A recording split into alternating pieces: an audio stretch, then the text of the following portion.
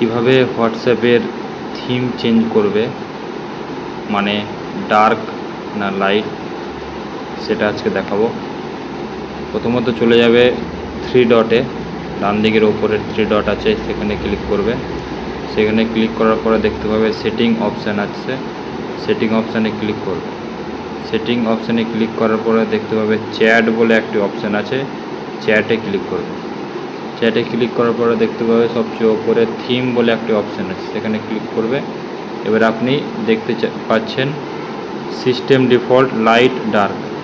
আপনি যদি সিস্টেম যখন লাইট থাকে তখন হোয়াটসঅ্যাপও লাইট থাকবে, সিস্টেম যখন ডার্ক হয়ে যায় তখন হোয়াটসঅ্যাপও ডার্ক হয়ে যাবে। এইভাবে যদি রাখতে চান তাহলে সিস্টেম ডিফল্টে ক্লিক করবেন, আর লাইট করতে চাইলে লাইট হয়ে যাবে, আর ডার্ক করতে চাইলে ডার্ক। আপনি যেটা এখান থেকে পছন্দ হয় সেটা অপশান চুজ করে ওকে ক্লিক করবেন। যখনই ওকে ক্লিক করবেন আপনি দেখতে পাবেন আপনার হোয়াটসঅ্যাপ সেই থিম হয়ে গিয়েছে।